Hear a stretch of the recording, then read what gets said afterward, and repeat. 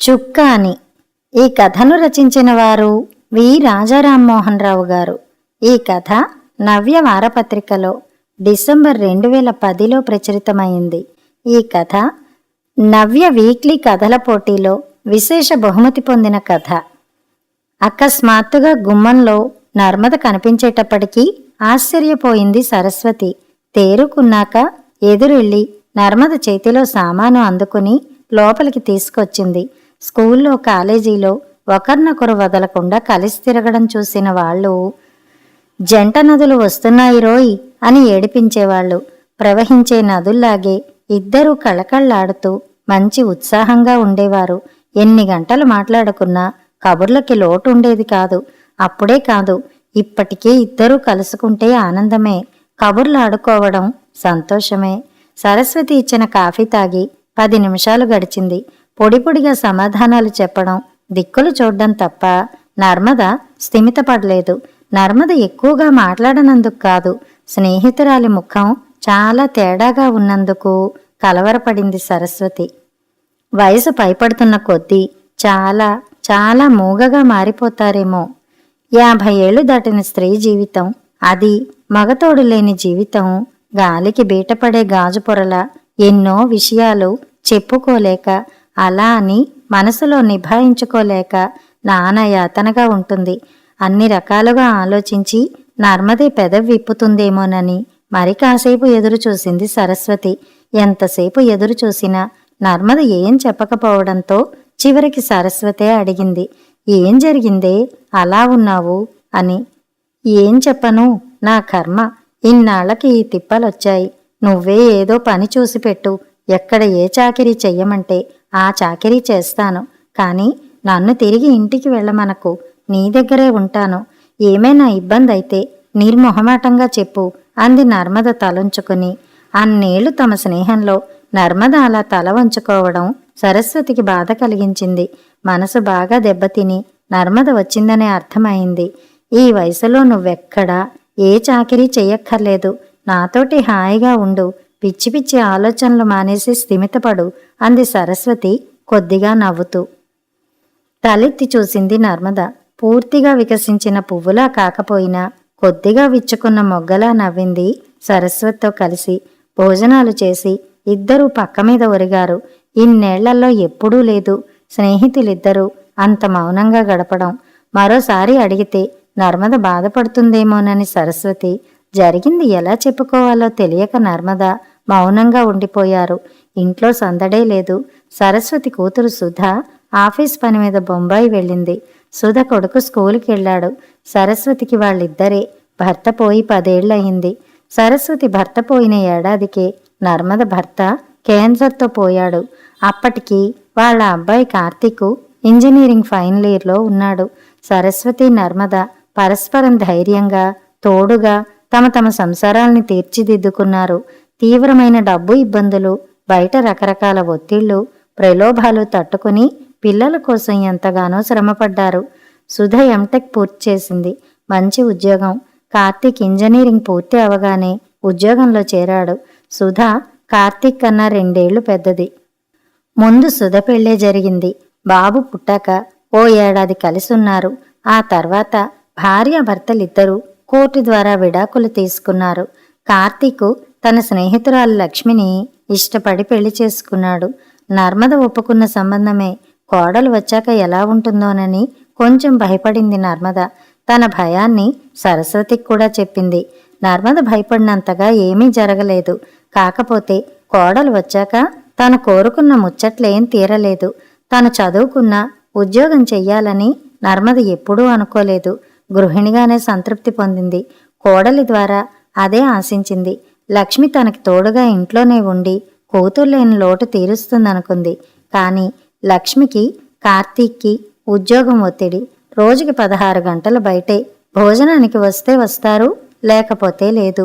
శని ఆదివారాలు సెలవే అయినా ఎప్పుడూ ఏదో తిరుగుడే. విపరీతంగా స్నేహితులు, పార్టీలు. కార్తీక్ లక్ష్మికి ఒక్కతే ఆడపిల్ల. ఏదో అదృష్టవశాత్తు పుట్టింది తప్ప లేకపోతే పిల్లల్ని కనే తీరుబడి కూడా వీళ్ళకి లేదన్నది నర్మద అభిప్రాయం. ఎంత సర్దుకున్నా నర్మదకి కష్టంగానే ఉంటోంది. వారంలో సెలవున్న ఆ 2 రోజులైనా ఆ పసిదాంతో గడపలేరా? ఇలా అయితే తల్లి తండ్రి అన్న అనుబంధం ఏముంటుంది అన్నది నర్మద ప్రధానమైన అసంతృప్తి. ఎన్నాళ్లు గడిచినా కొడుకు కోడల్లో మార్పు లేదు సరికదా.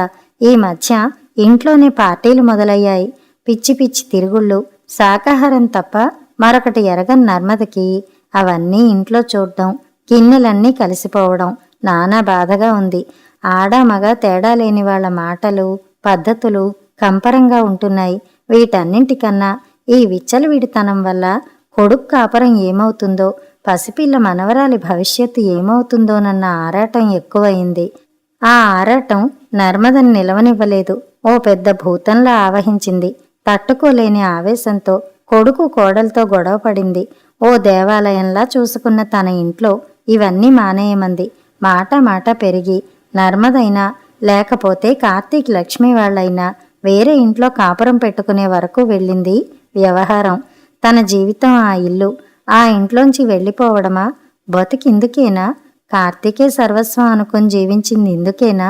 ఇన్నాళ్ల శ్రమకి, మరో జీవితం లేకుండా అల్లుకున్న అనుబంధానికి ఫలితం ఇదా? తన కోసం వాళ్ళు ఏమీ చెయ్యరా? ఆ ఉక్కిరిబిక్కిరి తట్టుకోలేక, ఉక్రోషం భరించలేక పారిపోయి వచ్చేసింది నర్మద. మర్నాటి సాయంత్రానికి ఒక్కొక్క మాటే కూడదీసుకుని ఏం జరిగిందో, ఎందుకు తను అలా వచ్చేసిందో సరస్వతికి చెప్పింది నర్మద. శ్రద్ధగా వింది సరస్వతి. తల్లిని కంటికి రెప్పలా జాగ్రత్తగా చూసుకునే తత్వం కార్తీక్ది. లక్ష్మిది తొందరపడే స్వభావం కాదు. మరెందుకు ఇలా జరుగుతోందో? ఈనాటి రకరకాల మార్పుల్లో ఏ క్షణం ఏం జరిగినా ఆశ్చర్యం లేదు. సరస్వతి తొందరపడలేదు. నర్మదకి ఉపశమనంగా ఏవో 2 మాటలు చెప్పింది. అదే రోజు రాత్రి సరస్వతికి ఫోన్ చేశాడు కార్తీక్. తల్లి క్షేమంగా ఉందని తెలుసుకున్నాక, ఆంటీ, మీకు తెలియని విషయం కాదు. మేం ఎటువంటి పోటీ జీవితంలో బతుకుతున్నామో మీకు ప్రత్యేకంగా చెప్పక్కర్లేదు. చుట్టూ ఉన్న నలుగురితో కలిసిమెలిసి బతక్కపోతే మాకు సర్వైవల్ లేదు. ఎప్పుడో ఏదో ప్రమాదం వస్తుందని ఇప్పుడే జీవితం లేకుండా చేసుకోలేం. పోని అమ్మ చెప్పినట్టే ఇవన్నీ ఇంటి బయటే చూసుకోవాలంటే రకరకాల ఇబ్బందులు. ముఖ్యంగా ఆ ఖర్చు భరించలేం. నా కెరియరు, లక్ష్మి కెరియరు ఏ స్థాయిలో ఉందో మాకే సరిగా అర్థం కావడం లేదు. కొన్నాళ్ళైనా ఇవన్నీ ఈ రకంగా తప్పవాంటి. అమ్మకి వీలున్నంత వరకు చికాకు కలగకుండా నేను లక్ష్మి పూర్తి ప్రయత్నం చేస్తాం. మీరు మా గురించి ఆలోచించినట్టే మేం మా అమ్మాయి గురించి ఆలోచిస్తున్నాం. ఉన్న ఒక్క కూతురు, బ్రైట్ ఫ్యూచర్ కోసమైనా మాకి తప్పదు. అమ్మ మీ దగ్గర ఉందంటే గొప్ప ధైర్యం. అంతా మీదే భారం అన్నాడు. ఇవన్నీ ఇప్పుడే నర్మదకి చెప్పడం అనవసరం అనిపించింది సరస్వతికి. వ్యక్తిపరంగా అందరూ కరెక్టే అనిపించే చిత్రమైన కాలం. నర్మద ఆలోచన ఎలా సాగుతూ ఉంటుందో సరస్వతికి తెలుసు. ఖాళీగా కూర్చుని తింటున్నానని, ఎంతకాలం ఇలా అని అదే ధోరణిలో ఆలోచిస్తుంటుంది. అందుకే నర్మద్తో ఊరికే ఆలోచించి మనసు పాడు చేసుకోకు, కొన్నింటికి కాలమే దారి చూపిస్తుంది. నా మీద భారంగా ఉన్నానని అస్సలు అనుకోకు. మనకి డబ్బుకేం ఇబ్బంది లేదు. నా పెన్షన్ అస్సలు ఖర్చు కావడం లేదు. సుధకి చాలా మంచి జీతం వస్తోంది. నీకు కార్తీక్ ఎంతో, సుధా అంతే, తెలిసిందా అని 1కి 2 సార్లు చెప్పింది. సరస్వతి మరింతగా ధైర్యం చెప్పాక, సమస్యలు లేని జీవితం ఎవరికి ఉంటుందిలే అని కొంతవరకు సమాధానపడింది నర్మద. తనకి అంత ధైర్యం చెబుతున్న సరస్వతికి, మనవడికి ఇంత చిన్న వయసులోనే తండ్రి ప్రేమ దూరమైందని, సుధ జీవితం ఎలా అనే దిగులుంది. మర్నాడు రాత్రి వీధి తలుపు తడుతున్న చప్పుడైతే ముందుగా నర్మదకే మెలకువ వచ్చింది. సుధ పిలుస్తోంది. లేచి వెళ్లి తలుపు తీసింది. ఆంటీ, బావున్నారా అని పలకరించి వెనక్కి తిరిగి రా రవి అంది. అతనెవరో నర్మదకి తెలియని వ్యక్తి. ఆంటీ, ఇతను రవి, నా కొలీగ్. మీరు వెళ్ళి పడుకోండి, తలుపులు నేను వేసేస్తా అంది. నర్మద ఇంకా హాల్లో ఉండగానే వాళ్ళిద్దరూ కలిసి సామానుతో సుధ గదిలోకి వెళ్ళిపోయారు. నర్మదకి అంతా అయోమయంగా ఉంది. సరస్వతిని నిద్రలేపి చెప్పాలా అని అనుకుంటుండగానే సరస్వతి హాల్లోకి వచ్చింది. సుధా రవి వచ్చినట్టున్నారే అంది. అవునన్నట్టు తలూపింది నర్మద. రాత్రి పగలు తేడా లేకుండా, ఏ సంకోచం లేకుండా సుధా రవి గదిలో చాలా స్వతంత్రంగా గడుపుతున్నారు. సరస్వతి ఏమీ అనడం లేదు. ఎందుకో అర్థం కాలేదు నర్మదకి. చూస్తూ ఎలా ఊరుకుంటోంది, ఎలా తట్టుకుంటోంది? చుట్టుపక్కల నలుగురు నానా రకాలుగా అందరా తనింటి సమస్య కన్నా ఇది ఇంకా తీవ్రంగా ఉంది. సరస్వతి ఏదైనా అంటే సుధ ఎదురు తిరిగిందా, లేదా తనలాగే ఇష్టం లేకపోతే ఇంట్లోంచి వేరే వెళ్ళిపోమ్మందా? అంతే, ఇక తట్టుకోలేకపోయింది నర్మద. ఏమే, నిన్ను ఇల్లు వదిలేసి వెళ్ళిపోమ్మందా సుధా అని అడిగింది. ముందు అర్థం కాలేదు సరస్వతికి. అర్థం అయ్యాక లేదన్నట్టు తలూపుతూ చిన్నగా నవ్వింది. నవ్విన సరస్వతికి సమస్య తీవ్రత తెలుసు. తమలాంటి తల్లులకి పిల్లలు ఆ మాట అంటే ఎంత నరకమో తెలుసు. నర్మద మనసు ఎంతగా విలవిల్లాడుతోందో తెలుసు. పిల్లలకి తమ విలువ ఇంతేనా అన్న చిన్నతనం ముసలి మనసులు తట్టుకోవడం చాలా కష్టం. లేదు నర్మద, అలాంటిదేం లేదు. సుధా, రవి ఒకరంటే ఒకరు ఇష్టపడుతున్నారు. పెళ్లి సంగతి ఏమిటనే అడిగాను. దానికి సుధ చెప్పిన సమాధానం, ఇప్పుడే పెళ్లి విషయం నేనేం చెప్పలేను. పెళ్లి మీద మొగుడు మీద నమ్మకం లేకుండా చేశాడు నా మాజీ భర్తగారు. అలా అని నాలోకి నేను ముడుచుకుపోలేను. రవి మీద పూర్తి నమ్మకం కుదరాలి, ముఖ్యంగా బాబు విషయంలో. అందుకే మమ్మల్ని కొన్నాళ్ళు ఇలా వదిలేయి. చిన్నపిల్ల, అదలా అంటే మాత్రం నువ్వు వదిలేస్తావా? రేపు అతనితో కూడా చెడితే దాని బతుకేమవుతుందో ఆలోచించావా అంది నర్మద బాధగా. ఏమవుతుందో చెప్పలేను, కానీ ఈ పరిస్థితుల్లో అది చెప్పినట్టు వినడమే మంచిదనిపించింది. కాదని ఏం చెయ్యను? బలవంతంగా పెళ్లి చెయ్యనా? ఇంట్లోంచి పంపించెయ్యనా? ఎవరి కోసం, దేనికోసం? నలుగురు ఏదో అనుకుంటారనా? నీతి కాదనా? వాటికన్నా తల్లిగా నాకు నా మనసే ముఖ్యం. సుధ జీవితమే ముఖ్యం. ఈ తరం పిల్లల సమస్యలకి మనం ఎదుర్కొంటున్న సమస్యలకి చాలా తేడా ఉంది నర్మద. ఓ నియమం, ఓ కట్టుబాటు మనల్ని నడిపించాయి, దారి చూపించాయి. వీళ్ల చుట్టూ అంతా గందరగోళమే. అవసరాలు తప్ప వీళ్ళకేం తెలియడం లేదు. చుట్టూ ఉన్న పరిస్థితులతోటే కాదు, సమయంతోటి, నిస్సత్తుతోటి, ఒత్తిడితోటి, వాళ్ళ జీవితాలతో వాళ్ళకే పోటీ అంది సరస్వతి దిగులుగా. నువ్వన్నది నిజమే సరస్వతి. అయినా ఇంట్లోనే వాళ్ళిద్దరినీ ఇలా. తన మాట తనే పూర్తి చేయలేకపోయింది నర్మద. నర్మద, ఇంట్లో ఆంక్షలు పెడతాను, బయటికి వెడతారు. మరో 10 రకాల సమస్యల్లోకి సుధన్ నేనే పంపినట్టు. ఎవరో ఒకళ్ళని సర్దుకోవాలి. ఏది మంచిదో చూసుకోవాలి. సుధే నాకు అన్నిటికన్నా ముఖ్యం. అందుకే ఇబ్బంది పడ్డం లేదు.